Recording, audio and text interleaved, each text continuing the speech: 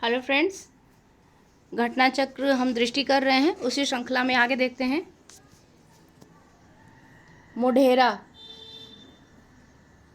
पहला 24x7 सौर ऊर्जा संचालित गांव है। कहाँ पर है ये? गुजरात के मेहसाणा ज़िले में स्थित है। मोढेरा कहाँ पर है? गुजरात के मेहसाणा ज़िले में स्थित है। और इसकी खास बात क्या है? ये 24 घंटे सातों दिन जो है सौर ऊर्जा से संचालित गांव है। यह मंदिर जो है, यह गांव, यहाँ पर एक सूर्य मंदिर स्थित है। और यह जो मंदिर है रूपेण नदी की सहायक नदी पुष्पावती के तट पर स्थित है। यहाँ दो बातें हैं इम्पॉर्टेंट: रूपेण नदी, पुष्पावती, सूर्य मंदिर और मेहसाणा जिला।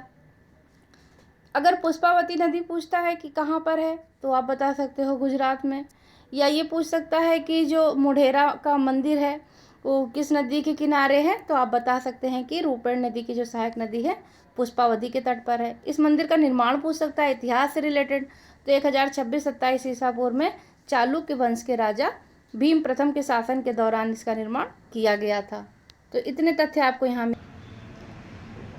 इसे मोढेरा मतलब मोढेरा या मोढेरापुरा और मुंडेरा के नाम से भी जाना जाता है। इसमें स्मरणीय तथ्य देख लेते हैं, थोड़ा सा जूम करते हैं। 9 से 11 अक्टूबर 2022 के मध्य प्रधानमंत्री नरेंद्र मोदी ने गुजरात का दौरा किया।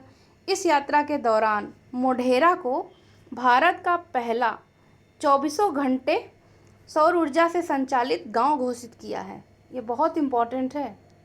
प्रधानमंत्री ने मोढेरा स्थित सूर्य मंदिर में हेरिटेज लाइटिंग का भी उद्घाटन किया। हेरिटेज लाइटिंग का उद्घाटन कहाँ पर किया है? मोढेरा स्थित जो सूर्य मंदिर है वहाँ पर। इस प्रकार यह मंदिर भारत का पहला ऐसा विरासत स्थल बन गया जो पूरी तरह से सौर ऊर्जा द्वारा संचालित है। ये इम्पॉर्टेंट है, इसको 3 स्टार दीजिए, ये निश्चित है, ये सवाल परीक्षा में आएगा।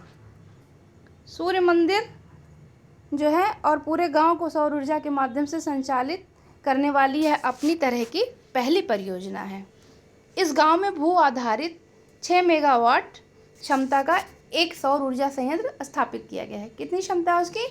6 मेगावाट है। गांव के सभी आवासीय और सरकारी इमारतों की छत पर सौर पैनल लगाए गए हैं। उल्लेखनीय है कि मोढेरा का जो सौरीकरण है वह सूर्य ग्राम परियोजना के तहत किया गया है। इस परियोजना के माध्यम से मोढेरा भारत का प्रथम शुद्ध नवीकरणीय ऊर्जा उत्पादक गांव बन गया है। प्रथम शुद्ध नवीकरणीय ऊर्जा उत्पादक गांव कौन सा है? मोढेरा। इसके साथ ही यह पहला ऐसा गांव है जहां सौर ऊर्जा संचालित अत्याधुनिक इलेक्ट्रिक वाहन चार्जिंग स्टेशन भी है। नेक्स्ट पॉइंट देख लेते हैं। भारत की पहली ग्रिड संबंध मेगावाट आर स्तरीय बैटरी ऊर्जा संग्रहण प्रणाली मोढेरा में स्थापित की गई है। तो इसमें ज़्यादा कुछ नहीं, आप ये देख लीजिएगा जो 2 नदियां हैं वो महत्वपूर्ण हैं। सूर्य ग्राम परियोजना महत्वपूर्ण है और मोढेरा अपने आप में महत्वपूर्ण है ही। नेक्स्ट पॉइंट देखते हैं इसमें। स्वच्छता ही सेवा 2022 और सुजलाम 1.0 तथा 2.0 अवार्ड। स्वच्छता ही सेवा देश में स्वच्छता का स्तर बनाए रखने के लिए जनता द्वारा श्रमदान देने वाला एक पाक्षिक अभियान है। कैसा अभियान है ये? पाक्षिक अभियान है। इस अभियान का आयोजन प्रति वर्ष 15 सितंबर से 2 अक्टूबर के दौरान किया जाता है। पाक्षिक है लेकिन इसको देख लीजिए कब से है? 15 सितंबर से 2 अक्टूबर के मध्य किया जाता है। 100 दिवसीय सुजलाम अभियान को केंद्रीय जल शक्ति मंत्रालय द्वारा कब शुरू किया गया था? 25 अगस्त 2021 को। किसने शुरू किया था? केंद्रीय जल शक्ति मंत्रालय ने। कब? 25 अगस्त 2021 को। इस अभियान का उद्देश्य 1 मिलियन सोख्ता गड्ढों यानी कि जिन्हें सोक पिट्स बोलते हैं के निर्माण और अन्य धूसर जल प्रबंधन गतिविधियों के माध्यम से ग्रामीण स्तर पर अधिक से अधिक ODA प्लस गाँव का सृजन करना था। कभी कभी सुजलाम का पूछ लेता है कि इसका उद्देश्य क्या था, तो आप इसको आराम से बता सकते हो। सुजलाम 1.0 अभियान का लक्ष्य 15 फरवरी 2022 को पूर्णतः प्राप्त कर लिया गया क्योंकि इस दौरान घरेलू एवं सामुदायिक स्तर पर 1 मिलियन से अधिक सोख्ता गड्ढों का निर्माण किया जा चुका था। अब सुजलाम 1.0 के अंतर्गत किए गए कार्य की गति को जारी रखने के लिए सुजलाम 2.0 को लॉन्च किया गया है। सुजलाम 2.0 अभियान सामुदायिक एवं संस्थागत स्तरीय धूसर जल प्रबंधन परिसंपत्तियों के निर्माण पर केंद्रित था। इसके स्मरणीय तथ्य देख लीजिए। 2 अक्टूबर 2022 को स्वच्छ भारत दिवस 2022 के अवसर पर स्वच्छता ही सेवा 2022 सुजलम 1.0 तथा 2.0 के तहत सर्वश्रेष्ठ प्रदर्शन करने वाले राज्यों अथवा केंद्र शासित प्रदेशों को पुरस्कृत किया गया है। इसके अतिरिक्त ठोस एवं तरल अपशिष्ट प्रबंधन के लिए नवाचार प्रौद्योगिकी हेतु स्टार्टअप ग्रैंड चैलेंज के विजेताओं की घोषणा की गई है। ये आपसे ऐसे पूछ सकता है कि जो स्टार्टअप ग्रैंड चैलेंज है ये किससे संबंधित है, तो आप इसे बता सकते हो कि ये ठोस एवं तरल अपशिष्ट प्रबंधन के लिए नवाचार प्रौद्योगिकी हेतु घोषणा की गई है। स्वच्छता ही सेवा शीर्ष राज्य केंद्र शासित प्रदेश देख लेते हैं। तो इसमें नंबर 1 पर कौन है? कर्नाटक है, नंबर 2 पर बिहार है और नंबर 3 पर लक्षद्वीप है। जैसे कबीला होता है वैसे ही कबील आप कोड बना के याद कर सकते हो। ये था आपका स्वच्छता ही सेवा के तहत। अब सुजलम शीर्ष रैंक में देख लेते हैं। तो नंबर 1 पर कौन है? मध्य प्रदेश, दूसरे में महाराष्ट्र और तीसरा स्थान किसे मिला है? तेलंगाना को। सुजलम 2 में कौन है? कर्नाटका, तेलंगाना, उड़ीसा, मध्य प्रदेश और पश्चिम बंगाल।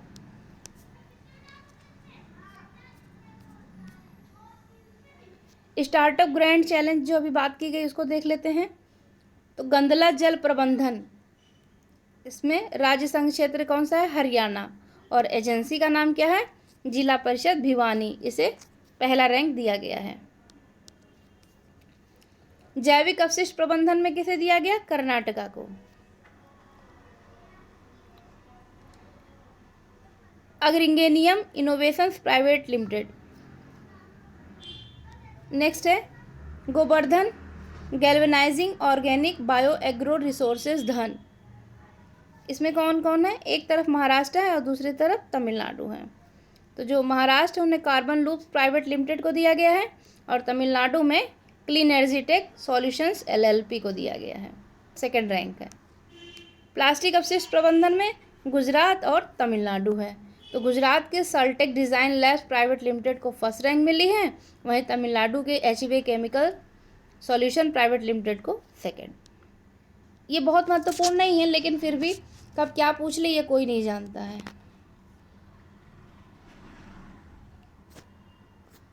नेक्स्ट देखते हैं स्वच्छ सर्वेक्षण ग्रामीण 2022। इसको देखिए, पेयजल एवं स्वच्छता विभाग वर्ष 2018 से स्वच्छ सर्वेक्षण ग्रामीण को संचालित कर रहा है। तो कौन सा मंत्रालय है ये देख लीजिए, पेयजल एवं स्वच्छता विभाग।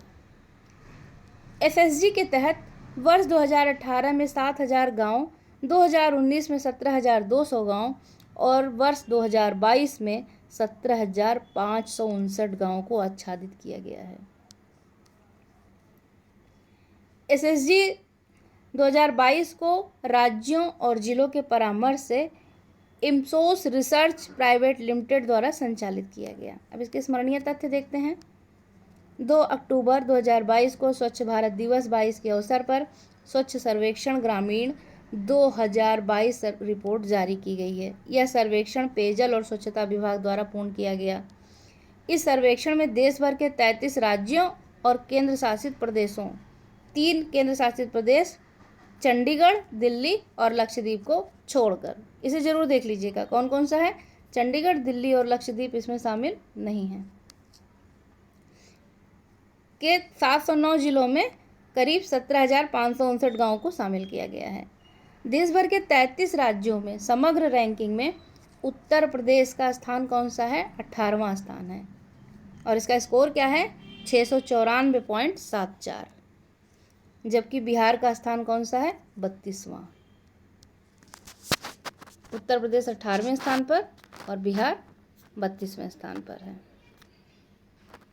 अब देख लेते हैं कि शीर्ष 3 बड़े राज्य कौन से हैं। तो तेलंगाना है, हरियाणा है और तमिलनाडु है। बड़े राज्यों में तेलंगाना पहले स्थान पर, हरियाणा दूसरे और तमिलनाडु तीसरे स्थान पर है। नेक्स्ट, छोटे राज्यों में कौन कौन है?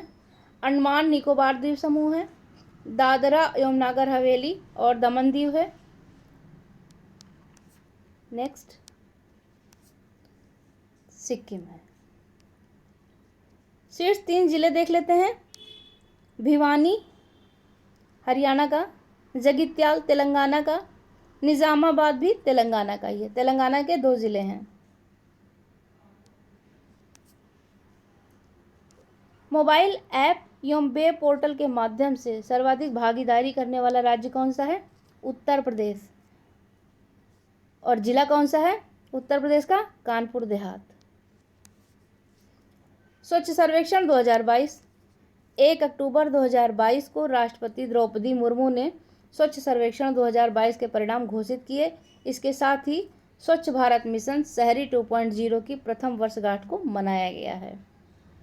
स्वच्छ सर्वेक्षण 2022 में 4,354 शहरों का आकलन किया गया, जिसमें 62 छावनी और 91 गंगा किनारे बसे शहर नगर शामिल हैं।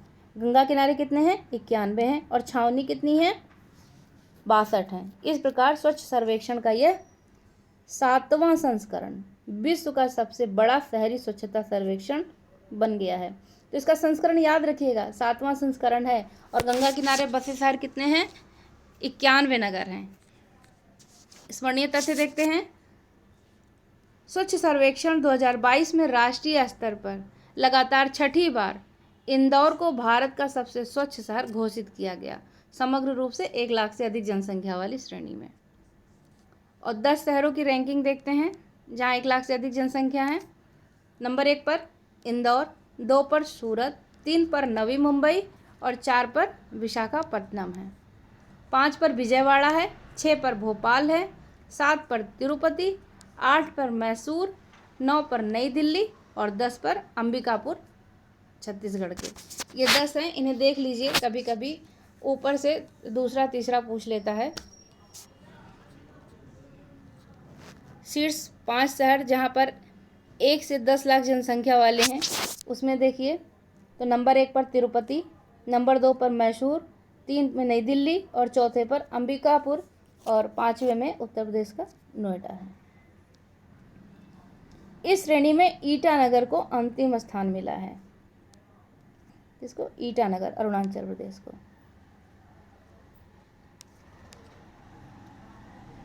100 शहरी स्थानीय निकायों में कम कौन है? त्रिपुरा। अधिक कौन है? मध्य प्रदेश, झारखंड, उत्तराखंड, हिमाचल प्रदेश। और इधर कम अधिक कौन है? मध्य प्रदेश, छत्तीसगढ़, महाराष्ट्र, तेलंगाना, पंजाब। जबकि 100 शहरी स्थानीय निकायों में से अधिक की श्रेणी वाले राज्यों में उत्तर प्रदेश का 10वां स्थान है।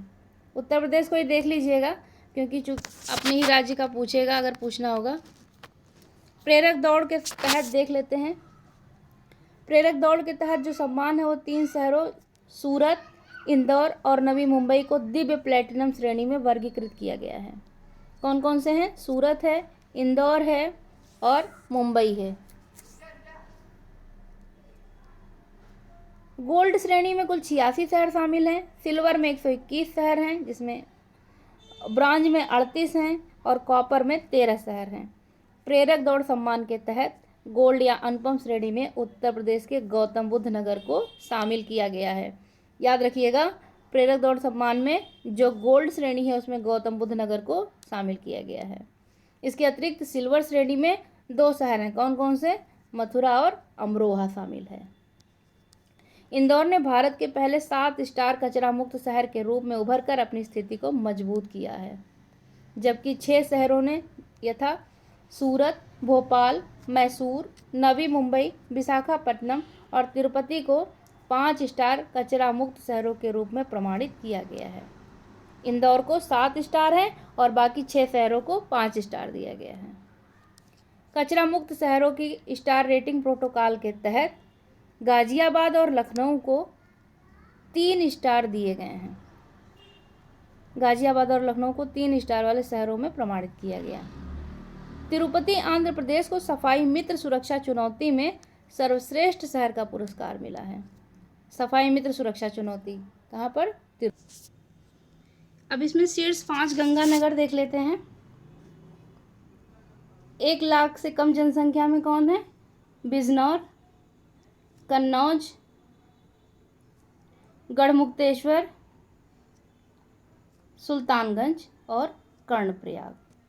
और 1 लाख से अधिक जनसंख्या में हरिद्वार, वाराणसी, ऋषिकेश, प्रयागराज और मुंगेर। महाराष्ट्र में स्थित देवलाली छावनी भारत की सबसे स्वच्छ छावनी घोषित की गई है। याद कीजिए, एक ट्रेन भी चलाई गई थी देवलाली से। याद आए तो कमेंट बॉक्स में बताइएगा। भारत की सबसे स्वच्छ छावनी किसे घोषित किया गया? तो देवलाली छावनी को। स्वच्छ सर्वेक्षण 2022 में 1 से 10 लाख जनसंख्या श्रेणी में नोएडा को कौन सा स्थान मिला है? 5वां स्थान मिला है। यूपी के जो भी शहर है उन्हें जो भी स्थान मिला एक बार ज़रूर पढ़ें, क्योंकि यूपी के सवाल कम से कम है पूछे ज़रूर जाएंगे। तो आप यूपी में जो शहर है उनका जो क्रम है या उन्हें जो पुरस्कार मिला है वो कम से कम ना गलत हो। 10 लाख से अधिक जनसंख्या श्रेणी में 20 शहरों में प्रदेश के 4 शहरों को स्थान मिला है, जिसमें गाजियाबाद 12वें स्थान पे, मेरठ 15वें स्थान पे, प्रयागराज 16वें स्थान पर और लखनऊ का स्थान 17वां है। इस श्रेणी में वाराणसी को 21वां, आगरा को 23 और कानपुर को 29वां स्थान मिला है। याद रहेगा, 10 लाख से अधिक जनसंख्या श्रेणी में कितने शहर हैं? 20, जिनमें से उत्तर प्रदेश के कितने शहर हैं? 4 शहर। गाजियाबाद 12, मेरठ 15, प्रयागराज 16, लखनऊ 17, वाराणसी 21 है और आगरा 23, कानपुर 29। ये देखते हैं भारत पर्यटन सांख्यिकी 2022। इसमें जो खास बात है, थोड़ा सा जूम करते हैं। 27 सितंबर 2022 को विश्व पर्यटन दिवस के अवसर पर भारत के उपराष्ट्रपति जगदीप धनखड़ ने भारत पर्यटन सांख्यिकी 2022 नामक रिपोर्ट जारी की है। किसने जारी किया है? उपराष्ट्रपति ने, जगदीप धनखड़ जी ने। किस दिन? विश्व पर्यटन दिवस के दिन। कब होता है ये? 27 सितंबर को। ये आंकड़े पर्यटन मंत्रालय के अधीन वार्षिक आधार पर जारी किए जाते हैं और यह रिपोर्ट का 63वां संस्करण है। यह रिपोर्ट अंतर्गामी और बहिर्गामी पर्यटन के माध्यम से विदेशी मुद्रा आय, घरेलू तथा विदेशी पर्यटन यात्राओं आदि से संबंधित महत्वपूर्ण एवं प्रासंगिक सूचनाएं उपलब्ध कराती है। याद रखिएगा, किसने किया है इसका उद्घाटन? यह रिपोर्ट किसने जारी की है? तो जगदीप धनखड़ जी ने किया है। कब किया है? 27 दिसंबर विश्व पर्यटन दिवस के दिन पे। और संस्करण कौन सा है? ये 63वां संस्करण है। इसके स्मरणीय तथ्य देखते हैं। वर्ष 2021 में भारत में 7 मिलियन अंतर्राष्ट्रीय पर्यटक आए थे, जिसमें 1.52 मिलियन विदेशी पर्यटक और 5.48 मिलियन अप्रवासी भारतीय थे। वर्ष 2020 की तुलना में 2021 में भारत में अंतर्राष्ट्रीय पर्यटन के आगमन में कितनी वृद्धि दर्ज की गई? 10.6%। करीब 10.5 याद रखेंगे तब भी हो जाएगा। अब देख लेते हैं कि 2021 में भारत में विदेशी पर्यटक आगमन में शीर्ष 5 देश कौन से थे? USA, बांग्लादेश, UK, कनाडा और नेपाल। फिर से देखते हैं, USA, बांग्लादेश, UK, कनाडा और नेपाल। 2021 के दौरान भारतीय नागरिकों के लिए 5 शीर्षक गंतव्य कौन से थे? तो संयुक्त अरब अमीरात, USA, कतर, ओमान और UK। अब देख लीजिए कि विदेशी पर्यटक आगमनों की जो संख्या है वो शीर्ष 10 राज्यों में किसका हिस्सा सबसे अधिक है? तो यहाँ ग्राफ से आप देख सकते हो, पंजाब का सबसे अधिक है, यहाँ पर 29.22% है। और उसके बाद कौन है? महाराष्ट्र है। महाराष्ट्र देख लीजिए, पंजाब है 29.22%, महाराष्ट्र है 17.60% और दिल्ली का कितना है? 9.5%। अन्य में 11% है। उत्तर प्रदेश का देख लीजिए, उत्तर प्रदेश में कितना है, तो 4.24%। अब घरेलू पर्यटक यात्राओं में शीर्ष 10 राज्य की हिस्सेदारी देखते हैं। तो सबसे ज़्यादा किसमें है, तमिलनाडु में, कितना है, 17.02%। उसके बाद उत्तर प्रदेश में 16.19%। उसके बाद आंध्र प्रदेश है 13.77%। और फिर है कर्नाटका करीब 12%। यानी कि तमिलनाडु, उत्तर प्रदेश, आंध्र प्रदेश और कर्नाटक। यहाँ पर आप देखेंगे कि कर्नाटक से पहले अन्य जो है वो 15% है। भारत भ्रमण वर्ष 2023। 31 जनवरी 2023 को केंद्रीय पर्यटन मंत्रालय द्वारा भारत भ्रमण वर्ष 2023 पहल को लॉन्च किया गया है। उल्लेखनीय है कि पर्यटन मंत्रालय वर्ष 2023 को भारत भ्रमण वर्ष के रूप में मना रहा है। इस पहल के तहत देश के विभिन्न पर्यटक स्थलों के महत्व को प्रदर्शित करने के लिए भारत की अंतर्देशीय यात्रा पर ध्यान केंद्रित किया गया है। नेक्स्ट है पीएम श्री स्कूल योजना है, देख लेते हैं इसे। 7 सितंबर 2022 को प्रधानमंत्री नरेंद्र मोदी की अध्यक्षता में केंद्रीय मंत्रिमंडल ने एक नई केंद्र प्रायोजित योजना पीएम श्री स्कूल्स को मंजूरी प्रदान की है। PM schools for rising India.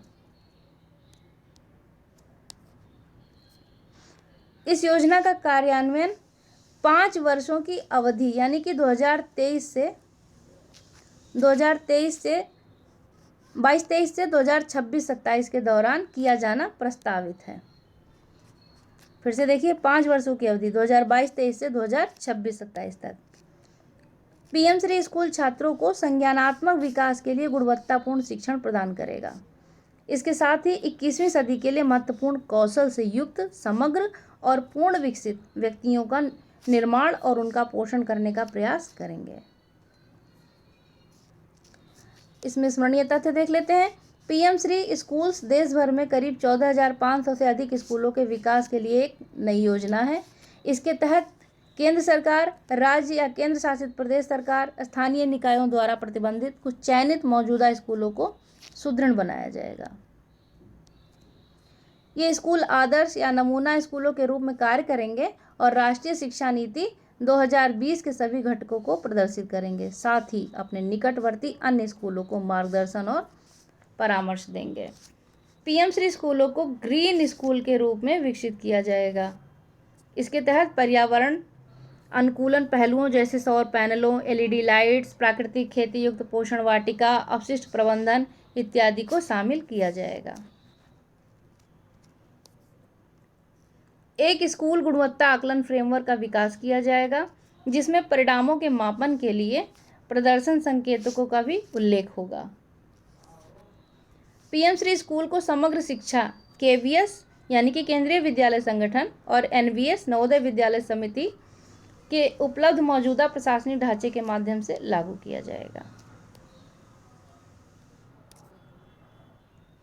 Mission schools of excellence 19 अक्टूबर 2022 को प्रधानमंत्री नरेंद्र मोदी द्वारा गुजरात के अडालज स्थित त्रिमंदिर में मिशन स्कूल्स ऑफ एक्सीलेंस का शुभारंभ किया गया है।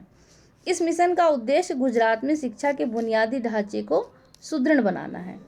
इस मिशन की परिकल्पना 10,000 करोड़ रुपए के परिव्यय के साथ की गई है और यह मिशन जो है विश्व बैंक के द्वारा आंशिक रूप से वित्त पोषित है। अगला है नमस्ते योजना, देख लेते हैं क्या है।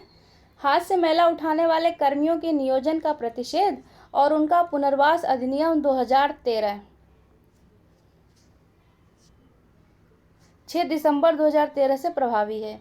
यह अधिनियम अस्वच्छ शौचालयों के निर्माण, रख रखाव और हाथ से मैला ढोने या नालों के और सेप्टिक टैंकों की जोखिमपूर्ण सफाई में किसी व्यक्ति के नियोजन का प्रतिषेध करता है। उपर्युक्त प्रावधानों के बावजूद अभी भी व्यक्तियों को बिना किसी सुरक्षा उपकरणों और सुरक्षा सावधानियों के नालों और सेप्टिक टैंकों की सफाई हेतु नियोजित किया जा रहा है। आवासन एवं शहरी कार्य मंत्रालय यह सुनिश्चित करने के लिए प्रतिबद्ध है कि सभी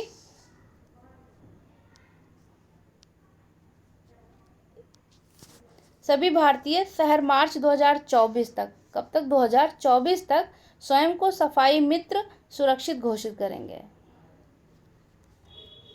कब तक? याद रखिएगा, 2024 तक। सफाई मित्र सुरक्षित अगर पूछता है तो आप बता सकते हैं कि यह किससे संबंधित है। स्मरणीय तथ्य देखते हैं। 17 अगस्त 2022 को केंद्र सरकार द्वारा नमस्ते योजना को लॉन्च किया गया है। नमस्ते का पूर्ण रूप है मशीनीकृत स्वच्छता पारिस्थितिकी तंत्र के लिए राष्ट्रीय कार्रवाई। यह एक केंद्रीय क्षेत्र की योजना है। यह योजना सामाजिक न्याय एवं अधिकारिता मंत्रालय और आवासन एवं शहरी कार्य मंत्रालय की एक संयुक्त पहल है। मंत्रालय जरूर याद रखिएगा, सामाजिक न्याय एवं अधिकारिता मंत्रालय और आवासन एवं शहरी कार्य मंत्रालय। इसके साथ ही नमस्ते योजना के जो वर्तमान चरण में 500 शहर यानी अमृत शहरों को कवर करते हुए शामिल किया जाएगा। इस योजना को 360 करोड़ रुपए के परिव्यय के साथ 4 वर्षों की अवधि यानी कि 2022-23 और 25-26 की अवधि के लिए अनुमोदित किया गया है। नमस्ते योजना का उद्देश्य निम्न परिणामों को प्राप्त करना है।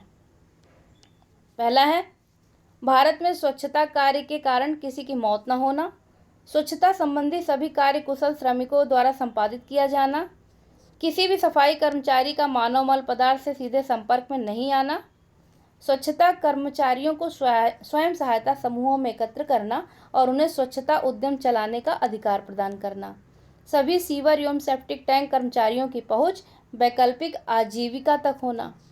इसके अतिरिक्त देख लेते हैं, राष्ट्रीय सफाई कर्मचारी वित्तीय विकास निगम नमस्ते योजना हेतु कार्यान्वयन एजेंसी होगी। तो इसका मंत्रालय देख लीजिए, इसकी एजेंसी देख लीजिए और किससे संबद्ध है यह हम जान चुके हैं। संरचना के शीर्ष पर राष्ट्रीय नमस्ते निगरानी इकाई होगी जो कि नमस्ते को जो है मतलब नेशनल मॉनिटरिंग यूनिट के प्रबंध निदेशक के अधीन होगी। सफाई राष्ट्रीय कर्मचारी वित्तीय विकास निगम के अधीन होगी। इसके अतिरिक्त इसमें और कुछ नहीं है।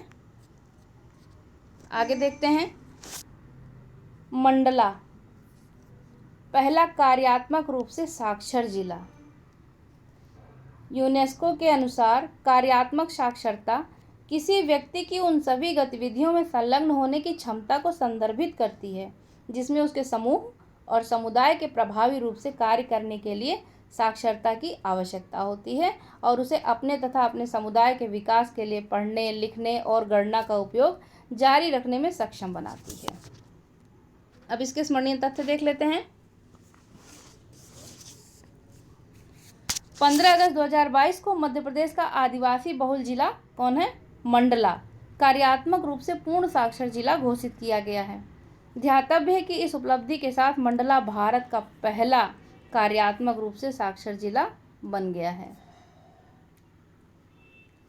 जिला प्रशासन द्वारा महिला साक्षरता और संपूर्ण साक्षरता के लिए वर्ष 2020 से मंडला में महिला ज्ञानालय और निरक्षरता से आज़ादी अभियान संचालित किया जा रहा है। तो इसमें इम्पोर्टेंट यही है कि यह जिला जो है कार्यात्मक रूप से साक्षर हो गया। वर्ष 2011 की जनगणना के अनुसार मंडला जिले की साक्षरता दर कितनी थी? 66.9%। ये एमपी के लिए सवाल महत्वपूर्ण हो जाएगा लेकिन यूपी के लिए उतना महत्वपूर्ण नहीं है। हाँ, ये देख लेते हैं कि वर्ष 2011 की जनगणना के अनुसार भारत की साक्षरता दर 73.0% थी जिसमें पुरुष साक्षरता दर 80.9% है और महिला साक्षरता दर 64.6% है। पुरुषों की अपेक्षा काफ़ी कम है। भारत सरकार द्वारा देश में साक्षरता दर बढ़ाने के लिए प्रयास किए गए हैं, उन्हें देख लेते हैं। सर्व शिक्षा अभियान वर्ष 2001-2, वयस्क साक्षरता में वृद्धि के लिए साक्षर भारत मिशन की शुरुआत कब हुई थी? वर्ष 2009 में। समग्र शिक्षा योजना वित्तीय वर्ष 2025-26 तक के लिए लागू, ये पूछ सकता है, इम्पोर्टेंट है। राष्ट्रीय शिक्षा नीति 2020, इसके अतिरिक्त न्यू इंडिया लिटरेसी प्रोग्राम जिसे नव भारत साक्षरता कार्यक्रम कहते हैं को वित्त वर्ष 2022 से 27 की अवधि के लिए मंजूरी दी गई है यानी कि 5 वर्ष के लिए। इसके अतिरिक्त जो पुरानी योजनाएं हैं उन्हें देख लीजिएगा, जैसे सर्व शिक्षा अभियान है, स्कूल चलो अभियान है, ब्लैक बोर्ड अभियान है। तो ये सब आप एक बार देख लीजिएगा, ये सवाल पूछे जाते हैं। नेक्स्ट है स्माइल 75। इसमें भी देखते हैं, केंद्रीय सामाजिक न्याय एवं अधिकारिता मंत्रालय द्वारा स्माइल नामक एक छतरी योजना यानी कि अम्ब्रेला स्कीम प्रतिपादित किया गया है। स्माइल का पूर्ण रूप आजीविका और उद्यम हेतु लाभ वंचित व्यक्तियों की सहायता है। इस योजना के अंतर्गत 2 उप योजनाएं शामिल हैं। उप योजनाएं कौन सी हैं, देख लेते हैं। पहला है कि ट्रांसजेंडर व्यक्तियों के कल्याण के लिए व्यापक पुनर्वास हेतु केंद्रीय क्षेत्र की योजना, और दूसरा कौन सा है, भिक्षावृत्ति में संलग्न व्यक्तियों के व्यापक पुनर्वास हेतु केंद्रीय क्षेत्र की योजना। सामाजिक न्याय एवं अधिकारिता मंत्रालय ने स्माइल परियोजना हेतु 2025-26 तक 100 करोड़ रुपए का कुल बजट आवंटित किया है। इसके स्मरणीय तथ्य देखते हैं। 12 अगस्त 2022 को स्माइल 75 पहल का शुभारंभ नई दिल्ली से किया गया है। केंद्र सरकार ने स्माइल योजना के अंतर्गत भिक्षावृत्ति में संलग्न व्यक्तियों के व्यापक पुनर्वास की उप योजना को कार्यान्वित करने के लिए 75 नगर निगमों की पहचान की है। इसे ही स्माइल 75 पहल नाम दिया गया है। स्माइल 75 पहल के तहत ये 75 नगर निगम विभिन्न गैर सरकारी संगठनों तथा अन्य हितधारकों के सहयोग से भिक्षावृत्ति में संलग्न व्यक्तियों के लिए कई व्यापक और कल्याणकारी उपाय संचालित करेंगे। इस पहल का कार्यान्वयन कौन करेगा, सामाजिक न्याय और अधिकारिता मंत्रालय द्वारा किया जाएगा। इस पहल के उद्देश्य निराश्रयता और भिक्षावृत्ति की समस्या को दूर करना है। देश के शहरों, कस्बों और नगरपालिका क्षेत्रों की भिक्षावृत्ति को मुक्त करना है। विभिन्न हितधारकों की समन्वित गतिविधियों के माध्यम से भिक्षावृत्ति के काम में लगे लोगों के लिए व्यापक पुनर्वास की एक रणनीति तैयार करना है। जनगणना के अनुसार भिक्षावृत्ति में संलग्न व्यक्तियों की सर्वाधिक संख्या कहाँ पर है, पश्चिम बंगाल में। सर्वाधिक पश्चिम बंगाल में है और उत्तर प्रदेश का द्वितीय स्थान है। हम भी बहुत पीछे नहीं हैं। ज्ञातव्य हो कि मार्च 2023 में नागपुर, महाराष्ट्र में भिखारी मुक्त शहर नामक एक नई पहल प्रारंभ की गई है। अब देखते हैं गतिशक्ति विश्वविद्यालय।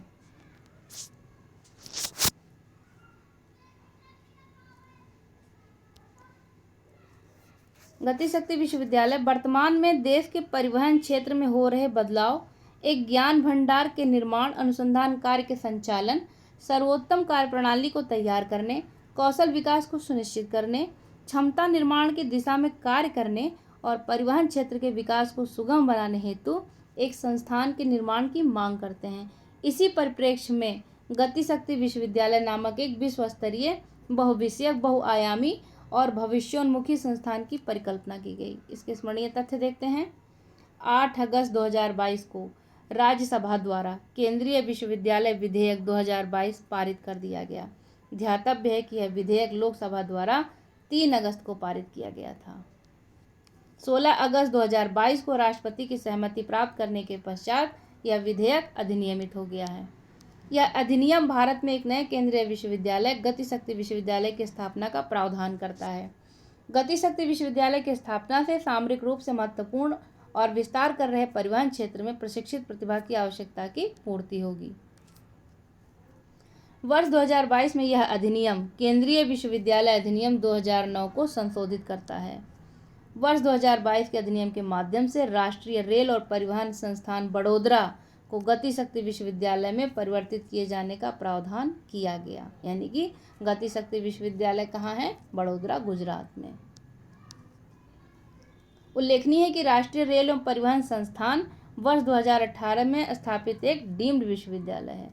यह हो सकता है कथन में दे दे कि कथन पहला कि वह एक डीम्ड विश्वविद्यालय है, इसकी स्थापना जो है गुजरात में हुई है, या यह 2008 में स्थापित है, तो ऐसे कथन दे सकता है और पूछ सकता है कि इनमें से कौन सा सही है।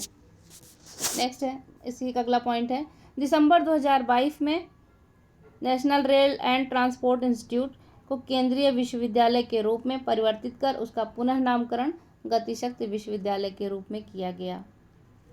इस विश्वविद्यालय का विस्तार क्षेत्र संपूर्ण भारत में है। साथ ही विश्वविद्यालय भारत से बाहर भी अपने केंद्र स्थापित कर सकता है।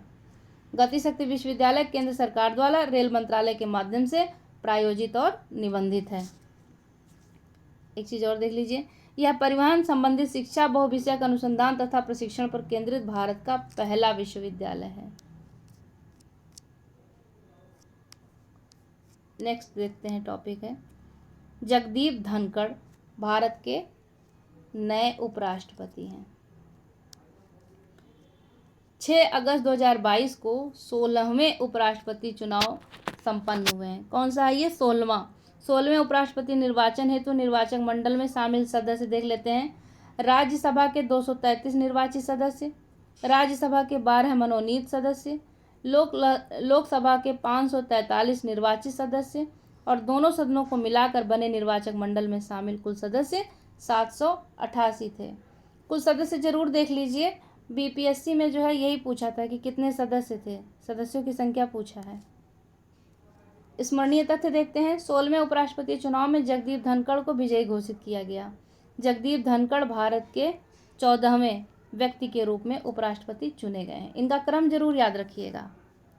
चुनाव परिणाम की घोषणा लोकसभा महासचिव तथा चुनाव के लिए नियुक्त रिटर्निंग ऑफिसर उत्पल कुमार सिंह द्वारा की गई। उल्लेखनीय है कि उपराष्ट्रपति पद के चुनाव हेतु राजग गठबंधन ने जगदीप धनखड़ को अपना उम्मीदवार बनाया था, जबकि संयुक्त विपक्ष ने भारतीय राष्ट्रीय कांग्रेस के मार्गरेट अल्वा को अपना उम्मीदवार बनाया था। 11 अगस्त 22 को जगदीप धनखड़ ने भारत के 14वें उपराष्ट्रपति पद की शपथ ली है। 14वें हैं। जन्म नहीं पूछेगा, जन्म स्थान फिर भी जान लीजिए। गांव की थाना झुंझुनू जिला है।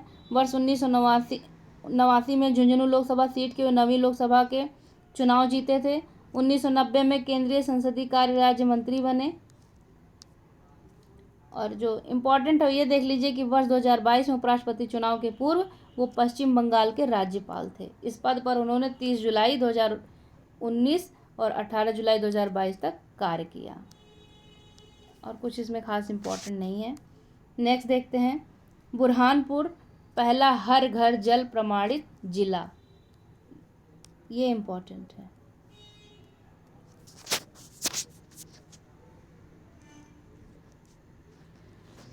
पंद्रह अगस्त 2019 को 73वें स्वतंत्रता दिवस के अवसर पर प्रधानमंत्री नरेंद्र मोदी ने लाल किले की प्राचीर से अपने स्वतंत्रता दिवस संबोधन में जल जीवन मिशन की घोषणा की थी। तो कब किया था ये देख लीजिए। जल जीवन मिशन की घोषणा 15 अगस्त 2019 को। उल्लेखनीय है कि अगस्त 2019 से ही भारत सरकार राज्यों की भागीदारी में जल जीवन मिशन हर घर जल को कार्यान्वित कर रही है। यह मिशन जल शक्ति मंत्रालय के अंतर्गत संचालित है और इसका मुख्य उद्देश्य क्या है? वर्ष 2024 तक, ये याद रखिएगा, वर्ष 2024 तक देश के प्रत्येक ग्रामीण घर में नल पर्याप्त एवं नियमित रूप से शुद्ध जल की आपूर्ति का प्रावधान है। इसका स्मरणीय तथ्य देखिए। 22 जुलाई 2022 को मध्य प्रदेश का बुरहानपुर जिला देश का पहला हर घर जल प्रमाणित जिला बना है। उल्लेखनीय है कि इसके अतिरिक्त अब तक गोवा के 2, दादरा और नागर हवेली और दमन दीव के 3, अंडमान एवं निकोबार द्वीप समूह के 3, गुजरात के 9, हरियाणा के 22, हिमाचल प्रदेश का 1, जम्मू कश्मीर का 1, पांडुचेरी का 2, पंजाब के 23, तमिलनाडु के 1 जिले को हर घर जल प्रमाणित जिला घोषित किया गया है, जिसमें गोवा सबसे पहले था। इवन गोवा को पहला राज्य भी कहते हैं हर घर जल के लिए। देख लेते हैं 11 अप्रैल 2023 तक देश के कुल 68 जिले हर घर जल प्रमाणित जिलों के रूप में घोषित किए जा चुके हैं। गौरतलब है कि बुरहानपुर के सभी 254 गांवों में यह कार्यात्मक घरेलू नल कनेक्शन को उपलब्ध कराया गया है। 254 गांव नहीं पूछेगा, बस आपसे बुरहानपुर पूछेगा। अगला पॉइंट इसमें देख लेते हैं कि राज्य स्तर पर गोवा, तेलंगाना, पंजाब, गुजरात, हरियाणा ने राज्य के सभी घरों को 100% नल कनेक्टिविटी प्रदान की है। गोवा पहले स्थान पर है।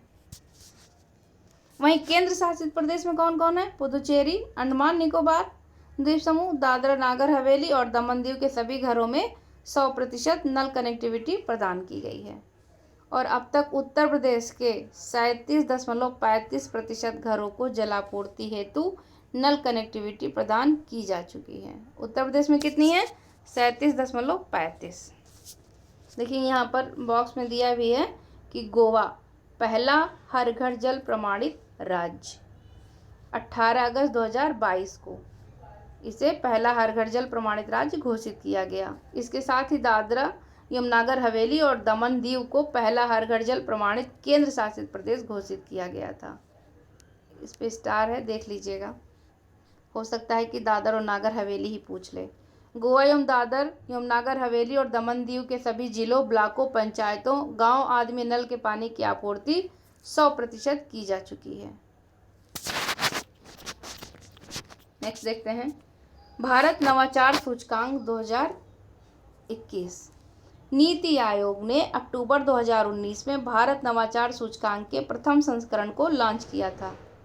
तो भारत नवाचार सूचकांक कौन लॉन्च करता है, मतलब नीति आयोग, और कब से कर रहा है, अक्टूबर 2019 से कर रहा है। उद्देश्य क्या है, मतलब राज्य स्तर पर नवाचार पारितंत्र का विश्लेषण करने तथा उसे बढ़ावा देने का एक उपयोगी साधन। इस सूचकांक में निम्न 2 मुख्य आयामों के अंतर्गत सूचीबद्ध किया जाता है। जैसे इनेबलर्स, इस सूचकांक में नवाचार हेतु किए गए निवेश को इनेबलर्स के माध्यम से मापा गया है। इसके अंतर्गत निम्न 5 स्तंभ शामिल हैं, जैसे मानव पूंजी, निवेश, ज्ञानकर्मी, व्यापारिक परिवेश, सुरक्षा एवं विधिक परिवेश, और दूसरा कौन सा है, प्रदर्शन, परफॉर्मेंस। किसी अर्थव्यवस्था के अंतर्गत संचालित नवाचार संबंधी गतिविधियों के परिणाम को इस शीर्षक के तहत शामिल किया गया है। इसमें शामिल प्रदर्शन संबंधी 2 स्तंभ हैं, ज्ञान निर्गत और ज्ञान प्रसार। उपयुक्त 7 स्तंभ कुल 66 संकेतों पर आधारित हैं। स्पष्ट है कि भारत नवाचार सूचकांक 2021 के फ्रेमवर्क संयोजन में कुल 66 संकेतक के तहत 50 एवं परफॉर्मेंस के तहत 16 संकेतक शामिल हैं। इसके स्मरणीय तथ्य देख लेते हैं। 21 जुलाई 2022 को नीति आयोग द्वारा भारत नवाचार सूचकांक जारी किया गया है। यह 3रा संस्करण है।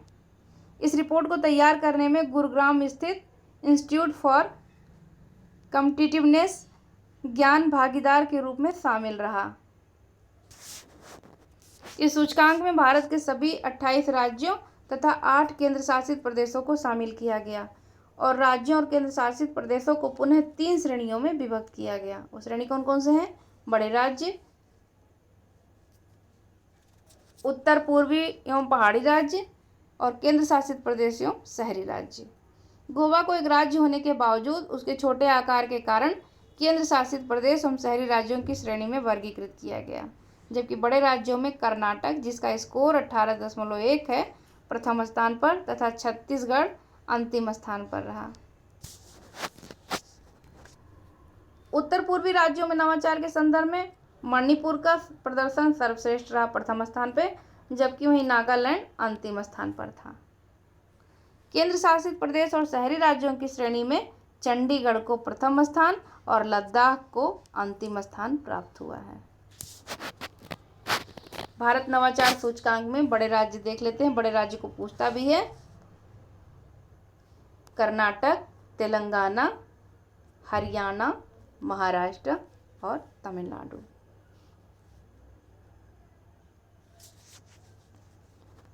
भारत नवाचार सूचकांक के शीर्ष 5 उत्तर पूर्वी और पहाड़ी राज्य कौन कौन से हैं? मणिपुर, उत्तराखंड, मेघालय, अरुणाचल प्रदेश और हिमाचल प्रदेश। भारत नवाचार सूचकांक में 5 केंद्र शासित प्रदेश और शहरी राज्य में कौन है?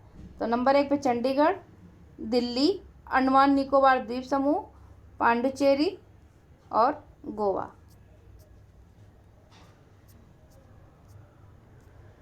भारत नवाचार सूचकांक में बड़े राज्यों की श्रेणी में उत्तर प्रदेश का 7वां स्थान प्राप्त हुआ, जबकि पिछले वर्ष इसे 9वां स्थान प्राप्त हुआ था।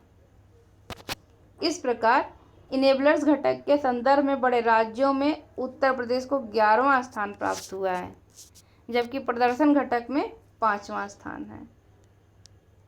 उत्तर प्रदेश का प्रति व्यक्ति सकल राज्य घरेलू उत्पाद 51,255 रुपये 19-20 में है।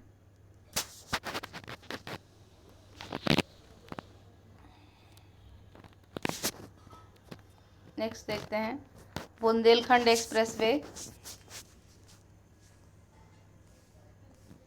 बुंदेलखंड एक्सप्रेसवे उत्तर प्रदेश सरकार ने बुंदेलखंड क्षेत्र, विशेष रूप से चित्रकूट, बांदा, हमीरपुर व जालौन जैसे आर्थिक रूप से कम विकसित जिलों के सर्वांगीण विकास हेतु बुंदेलखंड एक्सप्रेसवे निर्माण का संकल्प लिया था। इस एक्सप्रेसवे के निर्माण से बुंदेलखंड क्षेत्र जो है वह आगरा लखनऊ एक्सप्रेसवे एवं यमुना एक्सप्रेसवे के माध्यम से राष्ट्रीय राजधानी दिल्ली से जुड़ गया है। इसके स्मरणीय तथ्य देख लेते हैं। 16 जुलाई 2022 को प्रधानमंत्री नरेंद्र मोदी ने उरई, उत्तर प्रदेश के जालौन जिले की उरई तहसील के कैथेरी गांव से बुंदेलखंड एक्सप्रेसवे का उद्घाटन किया। कब किया, ये डेट याद रखिएगा, 16 जुलाई 2022 को। कहाँ से किया है, जालौन जिले के उरई तहसील के कैथेरी गांव।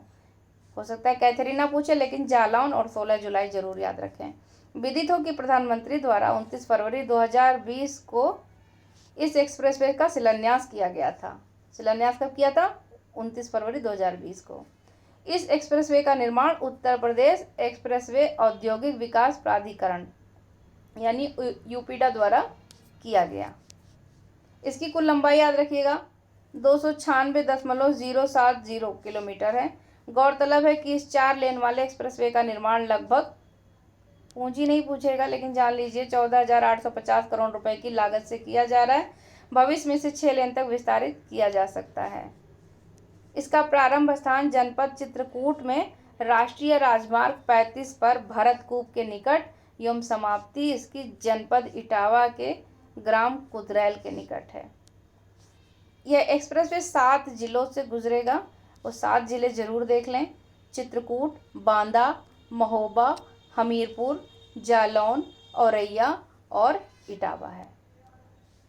गौरतलब है कि एक्सप्रेसवे के संरेखण पर पड़ने वाली मुख्य नदियों में बागेन, केन, श्यामा, चंदावल, बिरमा, यमुना, बेतवा और सेंगर शामिल हैं। इस एक्सप्रेसवे के निर्माण में बुंदेलखंड क्षेत्र के सर्वांगीण विकास का मार्ग प्रशस्त होगा। ज्ञातव्य है कि 14 लेन वाला दिल्ली मेरठ एक्सप्रेसवे भारत का सबसे चौड़ा एक्सप्रेसवे है। कितना है, ये 14 लेन का है। कहाँ से, दिल्ली मेरठ एक्सप्रेसवे।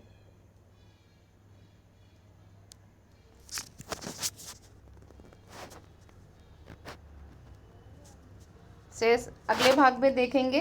तब तक इतना आप पढ़िए, रिवीजन करते रहिए। समय बहुत कम बचा हुआ है, तो जितना हो सके उतना रिवीजन करें, प्रैक्टिस सेट लगाएं। Thank you so much.